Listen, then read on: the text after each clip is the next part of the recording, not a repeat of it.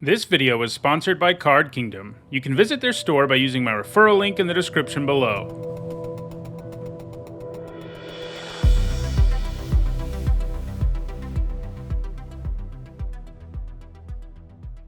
Hi everyone, I'm Nitsahon, and today I'm continuing with my limited set review for Streets of New Capenna. So far we've looked at all the multicolored and white cards, and today we'll be taking a look at all the mono blue ones. Tomorrow we'll continue with black, and so on. If you want to stay aware of when new set review videos go up, don't forget to subscribe and turn on notifications. Keep in mind that in this video, I'm only giving my predictions for how good I think these cards will be in the limited formats. That means I'm not talking about any other ways to play Magic, just draft and sealed, and that also means we're only talking about cards that appear in draft boosters. I use a letter grade system to sum up my thoughts on each of these cards, so if you're new to my set reviews and aren't sure what the grades mean, you should find an explanation in the description. And as we start playing the format, I'll give updates on my thoughts in my Need to Note series, which comes out every Saturday. Alright, let's look at our first blue card in Streets of New Capenna. First up, it is all Seeing Arbiter, which for 4 generic and 2 blue is a 5/4 avatar at Mythic Rare with flying. When it enters the battlefield or attacks, you draw 2 cards and then discard a card. Whenever you discard a card, target creature an opponent controls gets -X/-0 until your next turn, where X is the number of different mana values among cards in your graveyard. This is great. At worst, you get a 2-for-1 thanks to the Enter the Battlefield ability, and then, once you start attacking, the value will really snowball, both from getting extra cards and weakening opposing creatures. The turn it comes down, it may even immediately enable an attack you didn't have before by weakening one of your opponent's creatures. This is a bomb. I'm giving it an A. Next up, it's Backstreet Bruiser, which for 1 generic and a blue is a 3/3 Cephalid Rogue. At common, it's got Defender, and as long as there are 2 or more counters among creatures you control, it can attack as though it didn't have Defender. So, a 2-mana 3/3 makes for a pretty good blocker, and it's certainly doable to take Defender off of this thing in the mid to late game. I think this is a C. Next up, it's Broker's Veteran, which for 1 generic and a blue is a 2/1 human soldier at common, and when it dies, you put a shield counter on target creature you control. This is the first time we're encountering shield counters in this particular video, so I'll read the reminder text. It says, if it would be dealt damage or destroyed, remove a shield counter from it instead. This has medium stats, but giving a shield counter to one of your creatures is some nice upside to have on a 2-drop. The times when you don't have a creature in play to put the counter on will be rough, and that can happen early, but this seems like a solid playable. It's also a nice creature to sacrifice for Casualty, a mechanic we haven't seen yet in this video, but it involves sacrificing creatures, and it's nice there because it will give you some additional value. I'm giving this card a C. Next up, it's Case the Joint, which for 3 generic and a blue is a common instant. It says draw 2 cards and look at the top card of each player's library. 4 mana to draw 2 at instant speed is kind of alright. This has additional minor upside in that it gives you a little bit of information, but that doesn't really do enough for this to be something that consistently makes the cut in your decks. It doesn't affect the board at all, and it doesn't really let you see that many cards or draw that effectively. I think it's a C-. Next up, it's Cut Your Losses, which for 4 generic and 2 blue is a rare sorcery with Casualty 2. This is the first time we're seeing this mechanic in this video, so I'll read the reminder text. It says, as you cast this spell, you may sacrifice a creature with power 2 or greater. When you do, copy this spell, and you may choose a new target for the copy. Target player mills half their library rounded down. So 6 mana for a mill effect like this is basically never good in limited, except in very specific formats, and adding the casualty upside doesn't make it much better. Mill is just not a consistent strategy in most limited decks, and paying 6 for something that has no real effect on the board is a good way to lose. Now, you can use it to mill yourself, which you might be able to get value out of, but you're still paying a ton of mana to do that. So, again, even with the casualty upside, I don't really see this as being something you ever want to play in limited. You don't really want to mill yourself with it. You don't really want to mill your opponent with it. It's just way too one-dimensional of a card, and cards that don't impact the board at all in a game of limited tend to be pretty bad, and the more expensive they get, the worse they tend to be. This is an F. Next up, it's Disdainful Stroke, which for 1 generic and a blue is a common instant. It says counter target spell with mana value 4 or greater, so we see this card printed all the time. It's mostly a sideboard card to bring in against an opponent who has many expensive spells. If you try to main deck it, it just doesn't have enough targets. If this format turns out to lean pretty hard on spells with a mana value of 4 or greater, that could change. But for now, I think I want to say this is probably a D if you play it in your main deck and a C+ out of your sideboard. Next up, it's Echo Inspector, which for 3 generic and a blue is a 2/3 bird rogue. At common, it's got flying, and when it enters the battlefield, you connive. This is the first time we're seeing this mechanic in this video, so I'll read the reminder text. It says, draw a card, then discard a card. If you discarded a non-land card, put a +1/+1 counter on this creature. So this looks like a quality common. A 4-mana 2/3 flyer that looted when it entered the battlefield would be a solid card, but Connive is looting with some pretty legitimate upside. You either get a 4-mana 3/4 and discard a non-land, or it's that 2/3 that lets you loot. Discarding a non-land to connive might not sound like it's the greatest idea, but there's lots of ways to take advantage of putting cards in your graveyard, including cards we've already seen in this video that involve looking at the number of mana values you have in your graveyard. So yeah, this is a pretty good common. I think it's a C+. Next up, it's Errant Street Artist, which for 1 blue is a 0/3 legendary human rogue at rare. It's got Flash, Defender, and Haste. For 1 generic and a blue, you can also tap it and copy target spell you control that wasn't cast. You may choose new targets for the copy. So the main use for this in the format is to copy something you already copied with Casualty. That's some pretty real upside in the format, but still narrow enough that I don't think this is anything special most of the time. Paying the mana for the Casualty spell and then for this ability just won't always be doable, and this does very little when you can't use its ability. A 1 mana 0/3 is sort of a thing, I guess, but it will be outclassed before long, and it just doesn't stay relevant.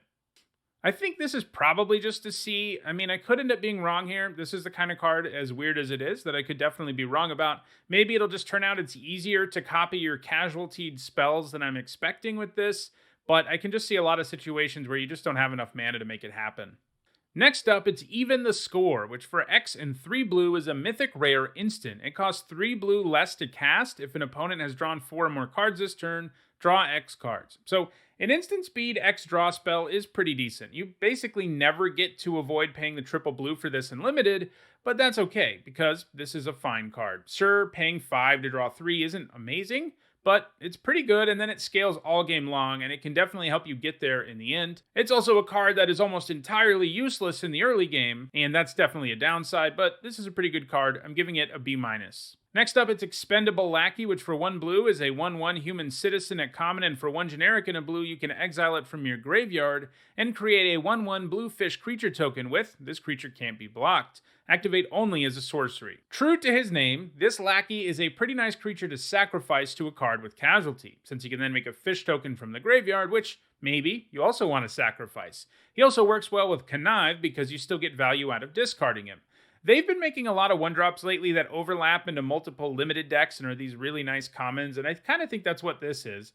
It doesn't feel like the premium card you want to really abuse those two mechanics, but it seems to enable both of them, and I think I like that. I'm giving it a C.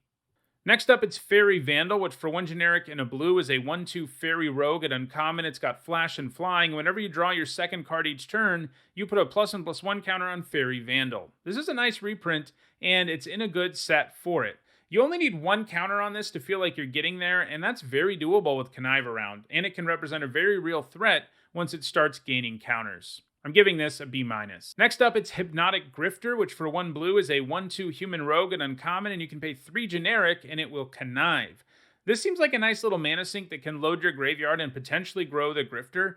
It definitely won't be doing a whole lot early, but in the late game, this is a kind of effect that can really help you get there, both through card selection and various graveyard synergies, but it does take a while to get going, so I think it's just a C. Next up, it's Ledger Shredder, which for 1 generic and a blue is a 1/3 Bird Advisor. It's rare, it's got Flying, and whenever a player casts their second spell each turn, it connives. This looks pretty good. A 2 mana 1/3 flyer is already sort of a passable card, probably like a C-, and this comes with pretty big connive upside. Whether you just end up looting with this and discarding a land or discarding a non-land to give it a counter, you're ending up with a pretty good deal.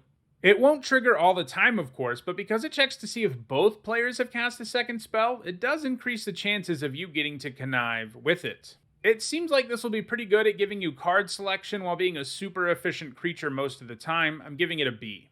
Next up, it's A Little Chat, which for 1 generic and a blue is an uncommon instant with Casualty 1, and it says look at the top 2 cards of your library, put one of them into your hand and the other on the bottom of your library. The base level of this card would probably be a D+ or a C- at best. It doesn't do much, but it gives you some okay card selection. However, the Casualty upside here is pretty big, because once this turns into a 2 mana card that draws you 2 of the top 4 cards of your library, we're talking about something pretty powerful. And you can sacrifice almost any creature to get that copy. You won't always be able to do it, of course, but the sort of acceptable baseline and the big upside makes this a card I don't think you'll ever cut from blue decks, and I think you can actually value it pretty highly. I'm giving it a B-. Next up, it's Majestic Metamorphosis, which for 2 generic and a blue is a common instant. It says until end of turn, target artifact or creature becomes a 4/4 angel artifact creature and gains flying. Draw a card. So as we just learned in Kamigawa Neon Dynasty, slapping draw a card on this type of spell is a big upgrade. When we've seen these cards without the draw a card part, they've been terrible throughout limited Magic's history. Just temporarily altering your creature's stats is a bit too narrow of a use to be something you want to use all the time. It just doesn't end up buffing enough creatures enough because it doesn't actually buff with a plus effect. It just changes the creature's size. So if you're using this in like a 3/3, that's not exactly exciting, and you end up doing that a lot. However, once you add a cantrip to a card like this, it gets way better. The times where you can use this as a trick, it just wrecks your opponent and you get a 2-for-1. It probably won't be quite as good as Suit Up was, since ninjutsu made for an interesting environment in terms of how opponents would block, but this definitely still seems pretty solid, if situational. I'm giving it a C-. Next up, it's Make Disappear, which for 1 generic and a blue is a common instant with casualty 1, and it says counter target spell unless its controller pays 2.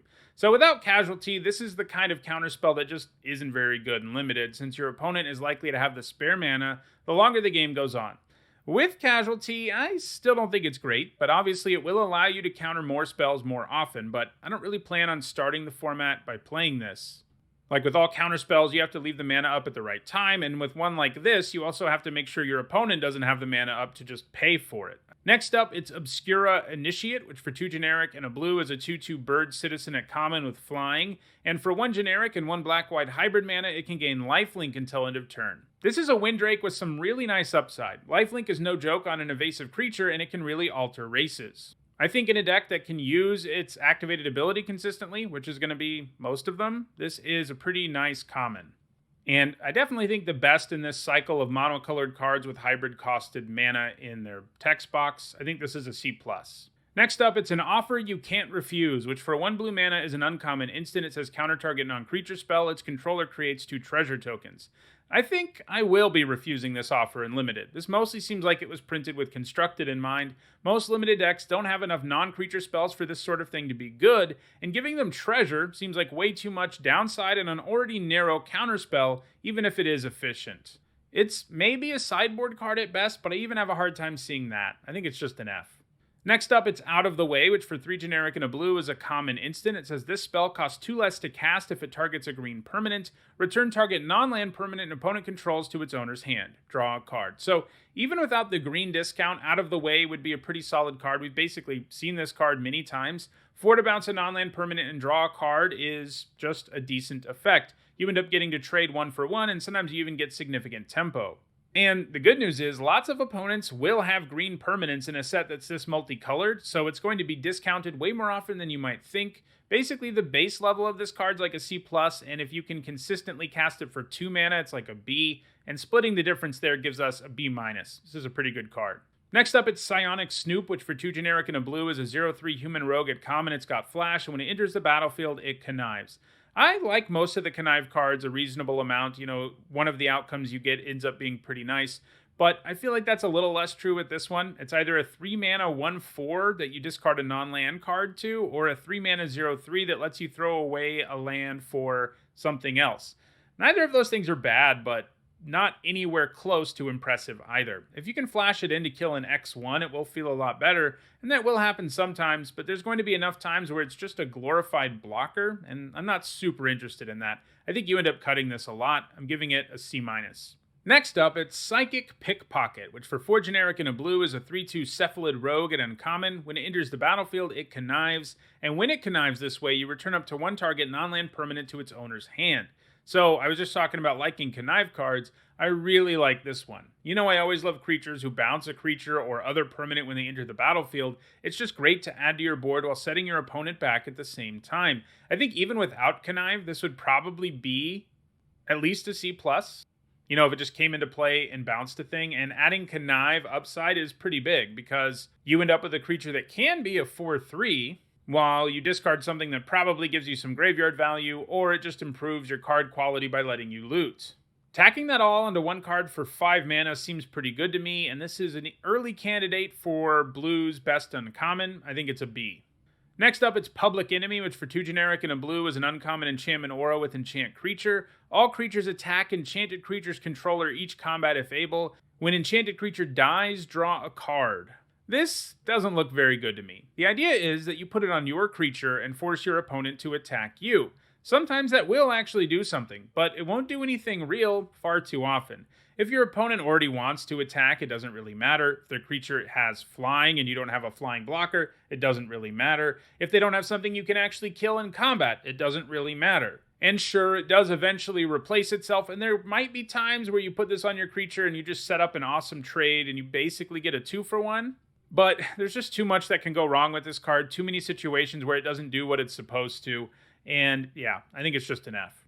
Next up, it's Reservoir Kraken, which for 2 generic and 2 blue is a 6/6 Kraken. At rare, it's got Trample and Ward 2. And at the beginning of each combat, if it's untapped, an opponent may tap an untapped creature they control. If they do, tap Reservoir Kraken and create a 1/1 blue fish creature token with. This creature can't be blocked. This reminds me a lot of Clackbridge Troll from Eldraine, which was a pretty good card. There are some big differences, of course, and some of them are good for the Kraken, like the fact that it doesn't give your opponent a bunch of tokens to make it easier for them to shut down your creature for a turn. Some of them are bad for the Kraken, because your opponent tapping a creature is generally less costly than making them sacrifice one. But either way, you play a big monster that gives you value no matter what your opponent does, and you really put them under a lot of pressure, either with a huge 6/6 or a growing number of unblockable fish tokens.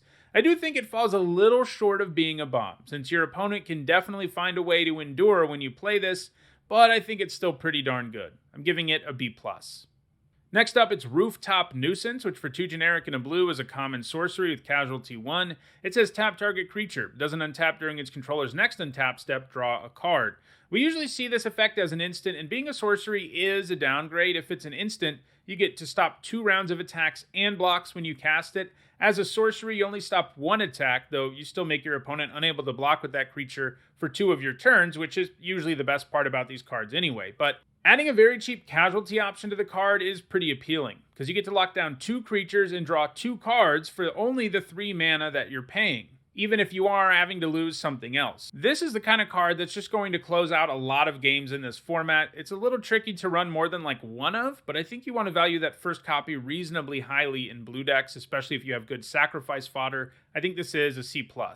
Next, it's Run Out of Town, which for 3 generic and a blue is a common instant, and it says the owner of target non-land permanent puts it on the top or bottom of their library. This is fine blue removal, and it is removal because bouncing a card to the deck makes it a 1-for-1, so it's not just a bounce spell, even if your opponent does theoretically just draw the card again if they want to. It is definitely a little costly, but its flexibility, it can hit any non-land permanent, makes it a pretty nice card. I'm giving it a C+. Next up, it's Security Bypass, which for 1 generic and a blue is a common enchantment aura with enchant creature. As long as enchanted creature is attacking alone, it can't be blocked, and the enchanted creature has, whenever this creature deals combat damage to a player, it connives. This mostly doesn't seem worth it to me.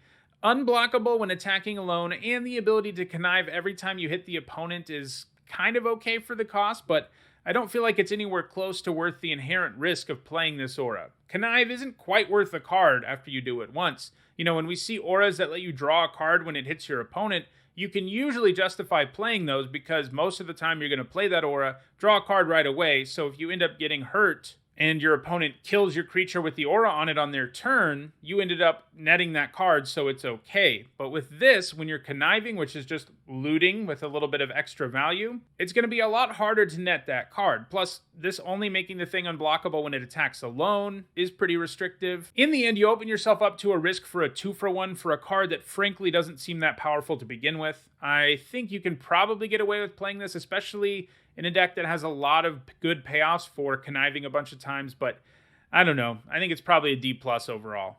Next up, it's Sewer Crocodile, which for 5 generic and a blue is a 4/6 Crocodile at common. You can pay 3 generic and a blue and it can't be blocked this turn. This ability costs 3 less to activate if there are 5 or more mana values among cards in your graveyard. If you get the ability on this down to a single blue, it represents a pretty reasonable win condition since you can crack in with your unblockable Crocodile and still have plenty of mana left over to add to the board too.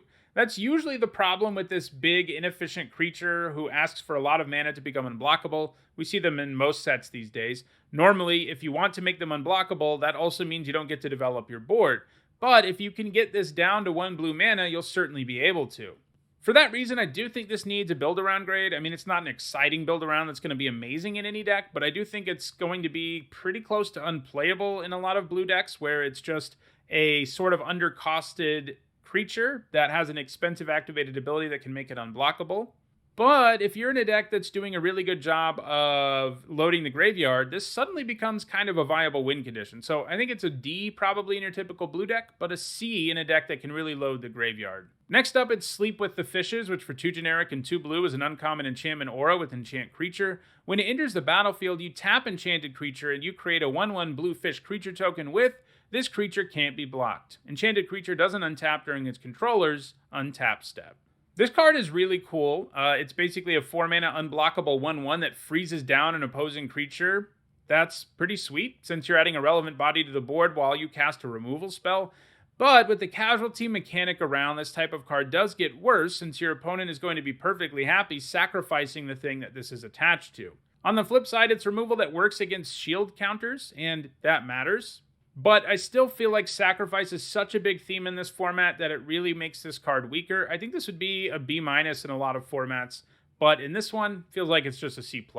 Next up, it's Slip Out the Back, which for 1 blue mana is an uncommon instant. It says put a +1/+1 counter on target creature, it phases out. This doesn't seem very good to me. Sure, it can save your creature, and your creature gets a permanent buff, but good effects like this that you want to have saving your creature can actually allow you to take down the creature that you're blocking. So say you're in combat and you use this, your creature is no longer doing damage to the thing that's attacking you or the thing that you're attacking into. And you're using up a card, basically, to keep your creature alive and put a counter on it. Not actually still being able to damage the other creature is a big problem. I mean, think about a card like Tamiyo's Safekeeping. Part of what made it so good was that your creature was still, around and would still damage the other creature, and it would turn a trade into a situation where you use up a 1 mana card in your hand like Safekeeping, and you get to keep your creature while your opponent's creature that's in play goes away. You just can't make that happen here because of how phasing works. Now, you can also use this on your opponent's creature to get it to phase out so that it can't block, and there's all these things that make it seem like a card like this is flexible, that you can use it in a lot of different ways. You can use it to save your creature from removal, etc. But while those are several different things that this card can do, many of them aren't worth the card. The one exception probably is when you can use this in response to removal, but there are tricks around in this set that you can use to pump your creature and actually have it win combat, and it also has the added ability of blanking removal, and this mostly just blanks removal. So I don't like it very much. I don't see this really working out or being worth the card often enough. I'm giving it a D. Next up, it's Undercover Operative, which for 2 generic and 2 blue is a rare shapeshifter rogue. It's a 0/0, and you may have it enter the battlefield as a copy of any creature on the battlefield, except it enters with a shield counter on it if you control that creature. This is pretty good. Clones are always nice because they get to be whatever the best creature on the battlefield is, and the Operative has the upside of getting a shield counter if the creature it copies is yours. The downside is that they're useless on empty boards, and sometimes there's just not a board where you want to play something like this because there's not anything worth 4 mana. Now, getting the shield counter if you copy your own thing does make it a little more likely that there's something that's worth 4 mana, because like copying your 3-drop and adding a shield counter to it is actually probably worth 4 mana. But you're not getting an amazing deal or anything either, but there's lots of board states where this comes down and really alters things in your favor, either because it gives you your opponent's best creature or your best creature plus a shield counter. I think this is a B+. Next up, it's Wing Shield Agent, which for 2 generic and a blue is a 2/3 human soldier at uncommon, and it enters the battlefield with a shield counter on it. Whenever it attacks, up to 1 other target creature gains flying until end of turn. Because of its shield counter, you can attack with this once without worrying that it will die, and that goes pretty well with its ability to give another creature flying. And that shield counter also means it can probably attack another time even if it does die and still give another creature flying. We've seen a lot of creatures over the years that give another creature flying when they attack, and the best ones are usually also flyers because obviously if that flyer can attack effectively, so can giving flying to something else. But I do think this has decent stats and a shield counter sort of as a baseline that's pretty decent. And then the fact that it can usually lend flying to something else twice, the first time in such a way that your opponent just has to find a way to get the shield counter off of the agent, or it's going to become more of a problem. I think all of that means it's pretty good. I mean, these shield counter creatures really involve your opponent to interact with it in one way or another twice to get rid of them, and one that is pesky and giving flying to your other creatures is one that they're going to be forced to interact with. So I think this is a pretty good uncommon. I'm giving it a B-. Next up, it's wiretapping, which for 4 generic and a blue is a rare enchantment with Hideaway 5. That means when it enters the battlefield, you look at the top 5 cards of your library, exile 1 face down, and put the rest on the bottom in a random order. And it says, whenever you draw your first card during each of your draw steps, draw a card. Then if you have 9 or more cards in hand, you may play the exiled card without paying its mana cost. I really want this to be good because I love enchantments that draw me an extra card each turn. They just really can give you a lot of value over the course of a game. You shouldn't really expect this one to get the hideaway part going in limited, because if you have 9 cards in your hand and you've tried to have 9 cards in your hand, probably means you're losing because you haven't been playing things and putting things out on the table to keep you alive. But this is still a 5 mana enchantment that draws you an extra card each of your turns, and that's pretty good. On the flip side, it's also a 5 mana enchantment that has no effect on the game until your next turn. So if you're in a situation where you're behind, you just don't have time to cast this. Even at parity, casting a card like this can spell doom. Still, I like the upside a lot. I do think if this format ends up being really slow, it could be a little better than I'm thinking. But right now, I just have it at a C+. And our last blue card is Witness Protection, which for 1 blue mana is an enchantment aura with enchant creature. It says enchanted creature loses all abilities and is a green and white citizen creature with base power and toughness 1/1 named Legitimate Business Person. I have a hard time ever getting behind this kind of removal. The big problem is that you aren't entirely dealing with the creature you put it on. It can still attack and block, and +1/+1 counters and shield counters will still be on it too. And your opponent can still sacrifice it for value to things like casualty. So you really don't end up with a full card's worth of value here. You know, this is the cheapest we've ever seen one of these effects be. Usually it costs like 2 and it's not very good. In this case, I think it costs 1 and it's still not very good. And that might partly be because of the context of the format where there's lots of these shield +1/+1 counters and the casualty mechanic. But that is the format this is being played in, and that's what matters. And I think that probably means it's just a D+. You'll play this removal if you're desperate for it, but I think you're hoping for something better. Well, those are my thoughts on all the blue cards in Streets of New Capenna. Tomorrow I'll be back to talk about all the black ones. If you want to stay aware of when that video goes up, don't forget to subscribe and turn on notifications. If you want to catch up on the rest of this review, you should see some playlists on your screen shortly. And if you want to go the extra mile in supporting the channel, you can on Patreon. Thanks for watching.